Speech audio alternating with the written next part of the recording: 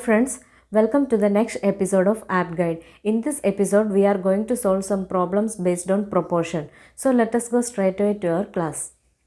In the first part of ratio and proportion, I said that proportion refers to the equality of two ratios. Okay? If A is to B is a ratio and C is to D is another ratio, then if A is to B is equal to C is to D, then we can say that A, B, C and D are in proportion. Okay? And I have already said that A and D are known as extreme terms and B and C are known as mean terms. Okay? Now let us see what is fourth proportion. Okay? If A is to B is equal to C is to D, then this D is known as the fourth proportion. Okay?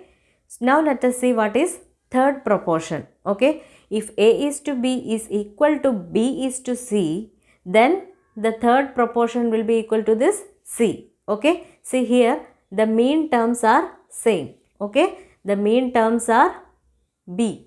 Okay? In such situation, if A is to B is equal to B is to C, then this C will be the third proportion. Okay? Now let us see what is mean proportional. Okay? Mean proportional between two numbers A and B will be equal to root of AB. Okay?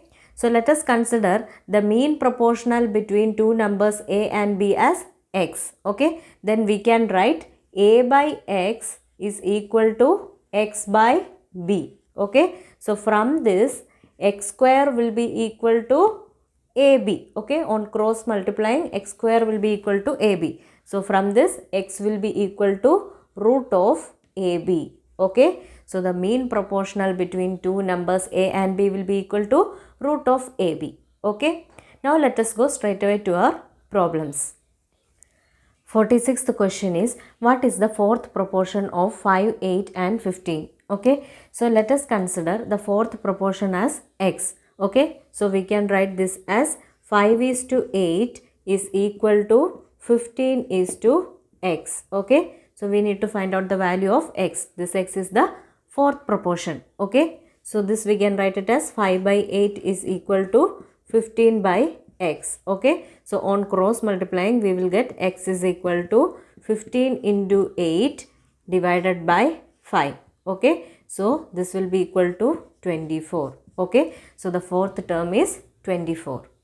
The next question is, what is the third proportion of 9 and 18? Okay? We know that if A is to B is equal to B is to C, then this C is known as the third proportion of A and B. Okay? Here the mean terms are same. Okay? Then this C is known as the third proportion. Okay? So we can write this as 9 is to 18 is equal to 18 is to C. So we need to find out the value of C. Okay? So this we can find out by writing 9 by 18 is equal to 18 by C, and then by cross multiplying we can find out the value of C. Okay? Or we know that the product of mean terms will be equal to the product of extreme terms. That is 9C is equal to 18 into 18. Okay? On solving this, we will get the value of C as 36. Okay? So the third proportion of 9 and 18 will be 36.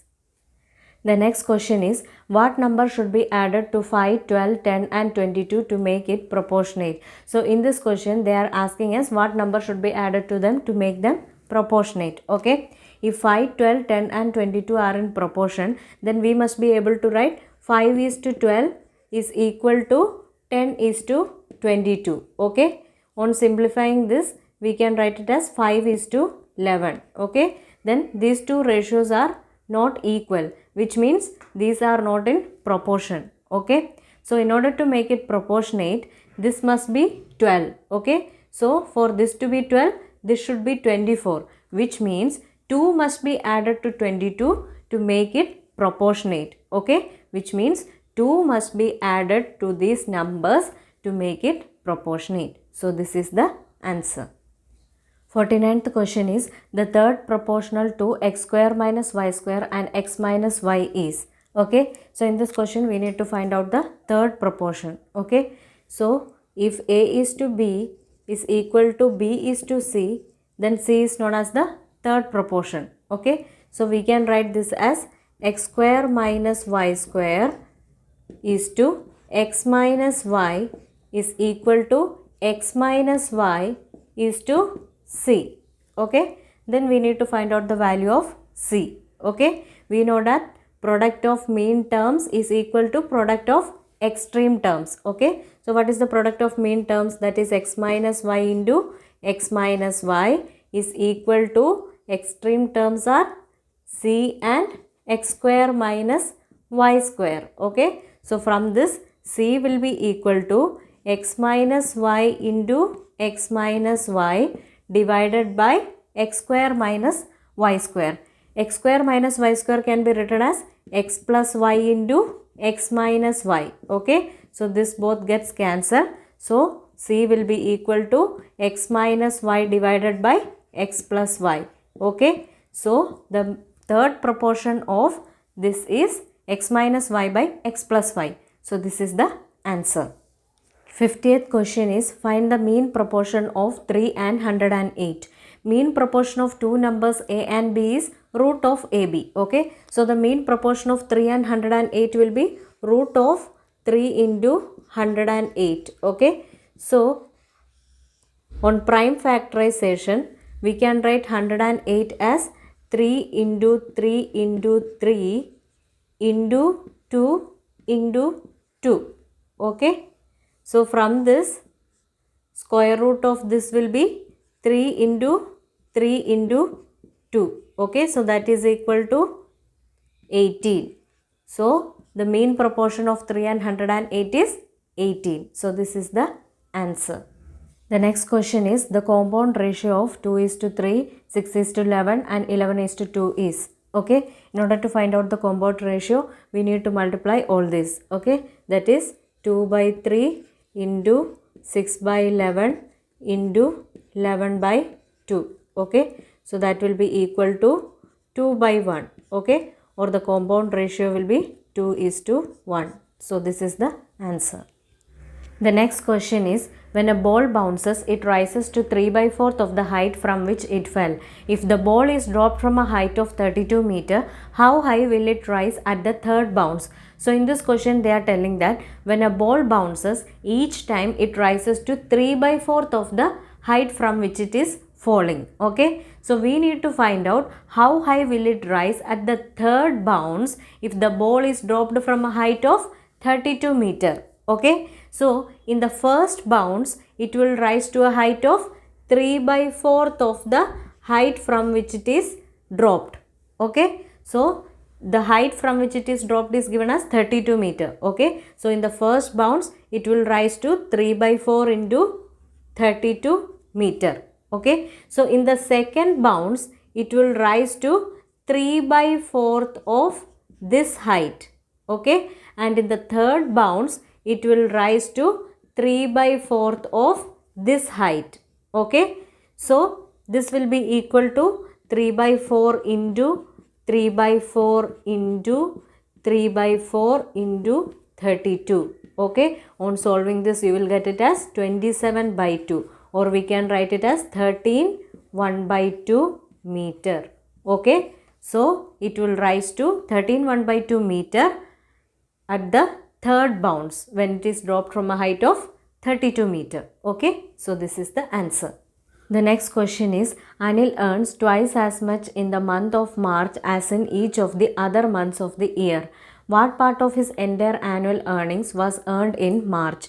So in this question they are telling that Anil earns twice as much in March than the other months of the years. Okay. So let us consider in all other months except March he is earning 1. Okay. Then in March his earnings will be twice that of this, that is 2 into 1, that is 2. Okay.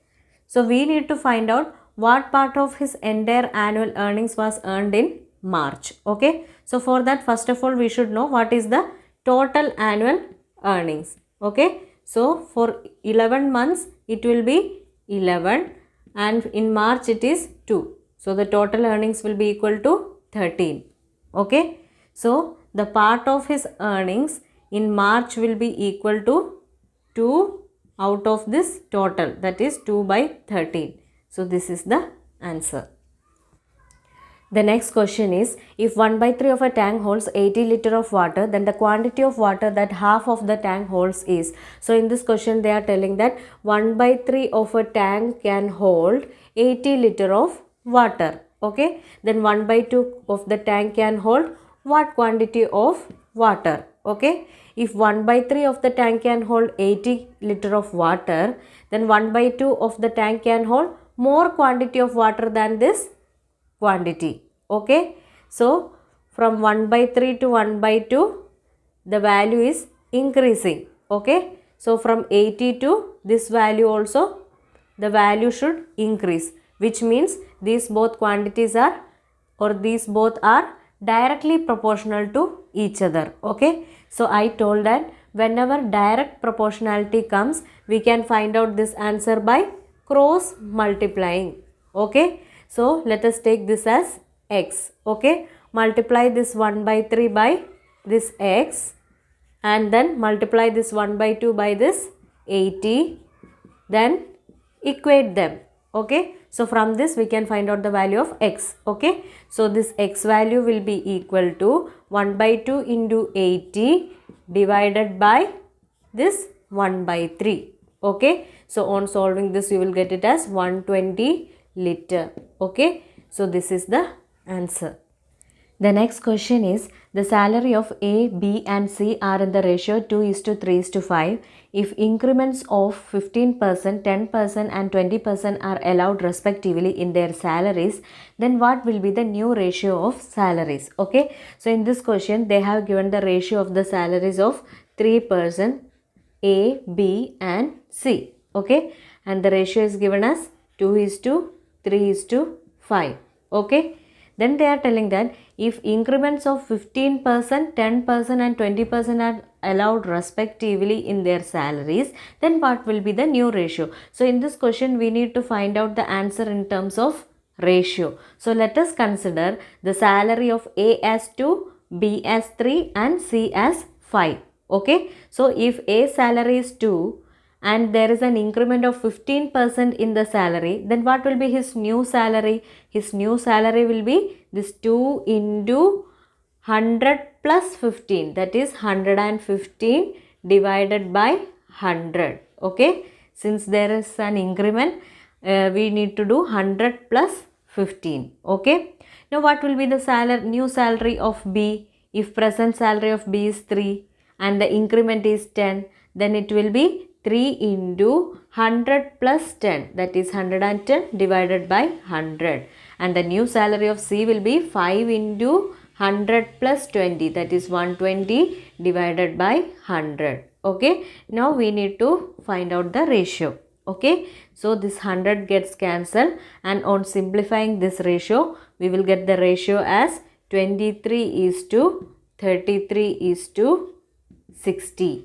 Okay, so the ratio of the salaries of A, B and C after the increment will be 23:33:60. The next question is, 1/3 of Ravi's savings in national savings is equal to 1/2 of his savings in PPF.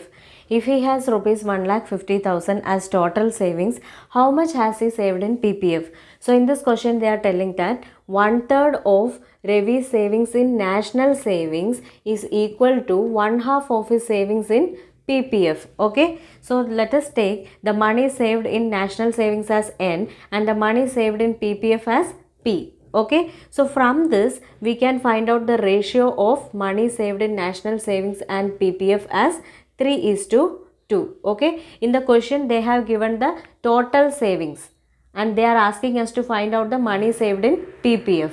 Okay, so if we take the money saved in national savings as 3 and the money saved in PPF as 2, then what will be his total savings? That will be 3 plus 2, that is 5. But this total savings is given in the question as 1,50,000, which means we can represent this 5 as 1,50,000. We need to find out what is the money saved in PPF, which means if we find out what is the value of this 2, we can find out the money saved in PPF. Okay, so this we can find out by cross multiplying, or see this 5 into 30,000 is 1,50,000. Okay, so if you multiply this 2 also by 30,000, you will get this value. Okay, so the money saved in PPF will be equal to 2 into 30,000, that is 60,000 rupees. Okay, so rupees 60,000 will be the money saved in PPF. So this is the answer. The next question is, ratio of boys and girls in a school is 8:9. If the number of boys is decreased by 25% and the number of girls is increased by 10%, what will be the new ratio? So in this question, they have given the ratio of the number of boys to number of girls in a class as 8:9. Okay, then they are telling that the number of boys is decreased by 25% and the number of girls is increased by 10%. So we need to find out the new ratio. Okay, so in this question also we need to find out the answer in terms of ratio. So let us consider the number of boys as 8. Okay, and the number of girls as 9. Okay, so if the number of boys is 8 and the number of boys is decreased by 25%, then the new number of boys will be equal to this 8 into 100 minus 25. Since it is decreased, we need to do 100 minus 25. That is 75 by 100. Okay, and if we consider the number of girls as 9 and the number of girls is increased by 10%, then the new number of girls will be equal to this 9 into 100 plus 10, that is 110 divided by 100. Okay, now on simplifying, we will get the ratio as 20:33. Okay, so this is the answer. The next question is, ratio of number of boys and girls in a school is 3:2. If 20% of boys and 25% of girls have failed the exam, what percentage of students have passed? Okay, so in this question, they have given the ratio of the number of boys to number of girls as 3:2. Okay, then they are telling that 20% of boys and 25% of girls have failed the exam. Okay, then we need to find out then what percentage of students have passed the exam. Okay, so in this question we need to find out the answer in terms of percentage. So we can consider any value for the number of boys and number of girls, but the only thing is that the ratio should remain 3:2 itself. Okay, so let us consider the number of boys as 300 and the number of girls as 200. Then the total number of students can be taken as 300 plus 200, that is 500. Okay, now we need to find out the percentage of students who have passed the examination. So let us first see what number of students have passed the exam. Okay, so for that, first let us see how many boys have passed the exam and then how many girls have passed the exam. Okay, so in the question it is given that 20% of boys have failed the exam. So we can say that 80% of boys have passed the exam out of this 300. Okay, so the number of boys passed will be equal to this 300 into 80 by 100. Okay, on solving this you will get it as 240. 240 boys have passed the exam. Okay, now what number of girls have passed the exam? That will be equal to this 200 into 75 by 100. Okay, on solving this you will get it as 150. Okay, so the number of boys passed is 240 and the number of girls passed is 150. So the total number of students passed will be equal to 240 plus 150, that is equal to 390. Okay, so the percentage of students who have passed will be equal to the number of students passed is 390 divided by the total number of students, that we took it as 500 into 100. Okay, on solving this you will get it as 78%. So this is the answer. So here finishes this part. I will be back with more important problems in the next part. If you felt this video helpful, please like it, share it and subscribe it. Also press the bell button so that you get the notification when I am uploading new videos. Thank you for watching the video. Bye.